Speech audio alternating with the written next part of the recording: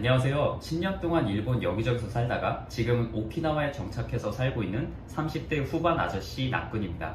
최근에 일본 워킹홀리데이를 준비하고 있는 지인과 이야기를 할 기회가 있었습니다. 제가 대학생이던 시절에는 학기 중에 잠깐 휴학하고 휴식 삼아 경험 삼아 다녀오는 게 워홀이란 이미지가 강했는데, 워홀 비자를 2년까지 받을 수 있게 된 후로 나이 제한에 걸리기 전에 마지막 도전 삼아 그리고 애초에 취업 활동을 할 것까지 염두에 두고 일본 워홀을 준비하시는 분들도 제법 늘어난 것 같습니다. 그래서 오늘은 일본 워홀을 오실 분들에게 제 나름대로 조언을 드리고 싶어서 이번 영상을 만들게 되었습니다.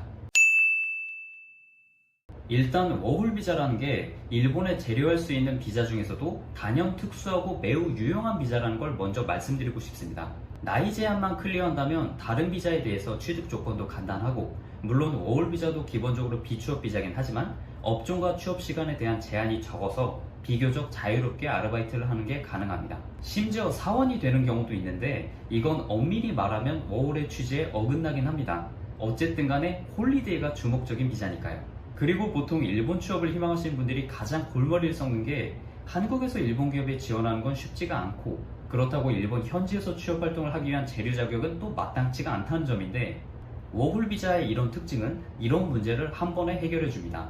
워홀 비자는 합법적으로 일본에 체류하면서 또 생활비도 벌면서 내가 정말 일본에서 계속 일을 하면서 살아갈 수 있는지 그런 체험을 해보기에 가장 좋은 비자라고 생각합니다. 이용 방법이 정말 무궁무진하고, 그렇기 때문에 헛되게 사용하지 않았으면 좋겠습니다. 그런 의미에서 제가 생각하는 3가지 조언을 준비했습니다.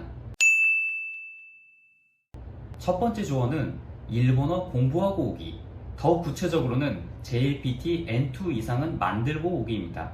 사실 너무 당연한 말입니다. 그런데 생각보다 일본어를 준비하고 오신 분들이 별로 없어서 안타까운 마음에 또 한 번 강조드립니다. 저는 일본 요식업 체인에서 점장으로 7년 정도 근무를 하면서 한국 분들도 꽤 많이 채용을 했습니다. 그런데 그분들이 저랑 같이 근무에 들어가면 문제가 없는데, 다른 사원이나 알바분들은 당연히 다 일본 사람이잖아요. 의사소통이 제대로 안 되니까 자꾸만 문제가 있었습니다. 일본인 스태프들이 저한테 불만을 직접적으로 말한 적도 있어서 좀 난처하기도 했는데, 체감상 제가 채용했던 워홀러 분들의 평균 일본어 실력은 회화는 N3 조금 안 되는 정도였고, 독해는 가늠하기가 어려웠습니다.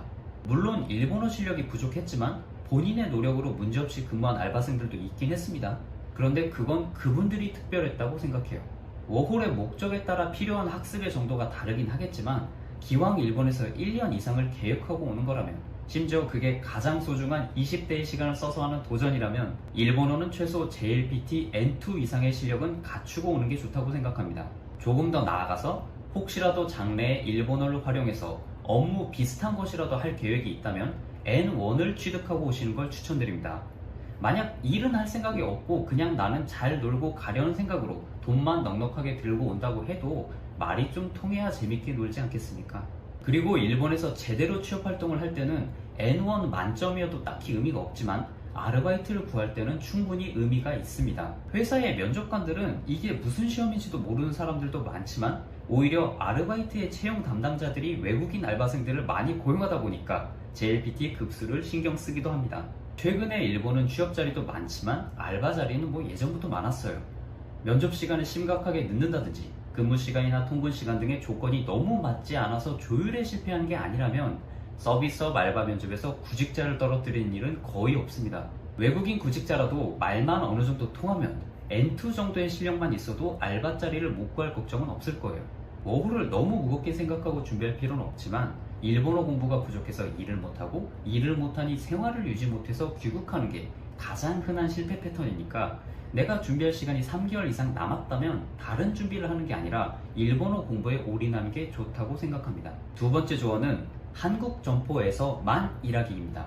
아마도 많은 워홀러들이 대도시인 도쿄나 오사카로 가실 거라고 생각합니다. 인프라도 좋고 그만큼 일자리도 많으니까 적응하고 생활하기 편한 지역인데, 당연히 한국계 점포도 많이 진출해 있습니다. 부인도 꽤 자주 진행하고요. 면접도 이력서도 한국어로 해결할 수 있으니까 아직 모든 것이 낯선 시기에 그쪽으로 마음이 가는 건 당연합니다.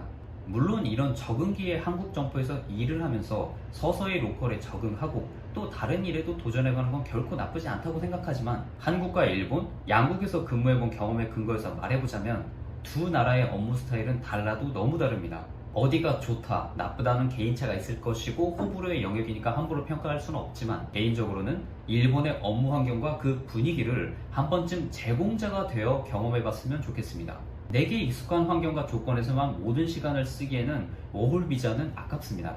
워홀의 목적은 각자 다르겠지만 저는 여행 감각으로 얻을 수 있는 경험에는 한계가 있다고 생각합니다. 어느 나라든 돈을 쓰는 입장이면 살기 좋고 멋진 곳이고 또 가고 싶은 곳입니다. 그 나라를 제대로 경험하기 위해서는 돈을 버는 입장이 되어봐야 한다고 생각하는데 그런 의미에서 워홀 비자는 가장 적은 부담으로 일본을 직접적으로 체험할 수 있는 좋은 기회니까 심적으로 다소 부담이 되더라도 일본 기업이나 점포에서의 근무에 도전해보는 게 어떨까 조심스럽게 추천드립니다. 마지막은 조언이라기보다는 주의사항인데 수상한 가게, 구체적으로는 풍속점 등에서는 절대로 일하지 말라는 겁니다.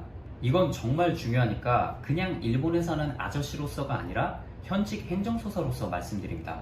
절대로 풍속점에서 일하면 안 됩니다. 사실 워홀로의 풍속점 근무는 법적으로 명확히 금지되어 있으니까 뭘 새삼스럽게 말하고 있냐라고 느끼실 수도 있어요.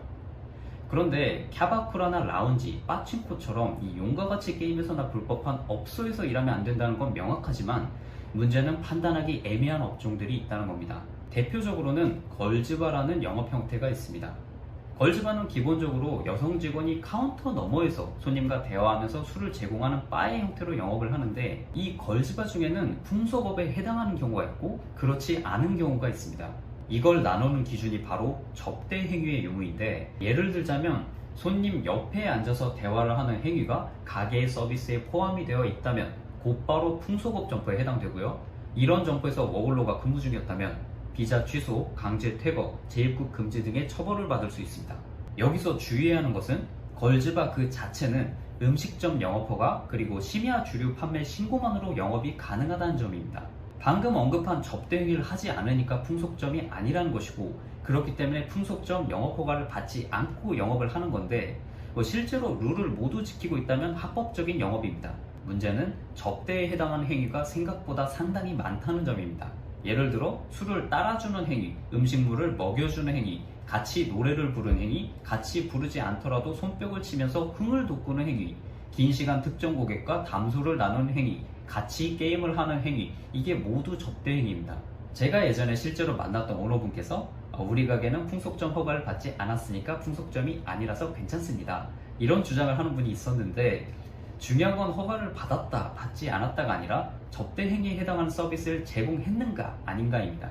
풍속업 허가를 받지 않고 접대 행위가 포함된 영업을 한 것이 적발됐을 때 그 점포에 미치는 불이익은 일단 둘째치고 워홀로 본인에게 너무 치명적인 불이익이 있다는 점을 알아두셨으면 좋겠습니다. 그렇기 때문에 회색지대에 있는 업종은 아닌지 위법의 요소가 있는 점포는 아닌지를 제대로 확인해야 합니다. 물론 아직 일본의 법률은 당연하고 일본 생활에도 익숙하지 않은 워홀러가 이런 요소를 꼼꼼히 따져보기란 쉽지 않습니다. 그럴 때는 적어도 이 두 가지를 확인해 봅시다. 첫 번째, 월급을 현금으로 지불하고 있진 않은지. 물론 현금으로 지불한 그 자체가 문제인 건 아닙니다만 월급 명세서는 정확히 받을 수 있어야 하고 근로계약서도 당연히 있어야 합니다. 두 번째, 타당한 이유 없이 시급이 지역 평균의 1.5배 이상 혹은 2배 이상이진 않은지. 세상에 공짜는 절대로 없고 시급이 높은 건 이유가 있습니다. 양심적으로 영업 중인 점포가 물론 더 많으니까 이걸 싸잡아서 위험하다고 하고 싶진 않지만 적어도 위 두 가지 조건에 해당한 점포에서 근무하는 건 피하는 게 좋지 않을까 그렇게 생각합니다. 지금은 그냥 한번 외국에서 살아보고 싶다 그 정도의 마음일지도 모르지만 장래는 아무도 모릅니다. 일본에서 평생의 배우자를 만나게 될 수도 있고 일본 취업을 준비하거나 아니면 사업을 하게 되실지도 몰라요. 그러니까 미래의 나의 발목을 잡는 행동은 최대한 멀리합시다. 다시 한번 말씀드리지만 워홀 비자는 정말 유용한 비자입니다. 일본 생활을 그냥 경험해보기에도 좋고 취업을 하기 전에 준비기간으로서 활용하기도 좋습니다. 워홀의 목적은 각자 다르겠지만 왜 일본에 가는지는 둘째치고 돌아갈 때 모두가 좋은 추억만 가져갔으면 좋겠습니다. 오늘 영상은 여기까지입니다. 시청 감사드립니다.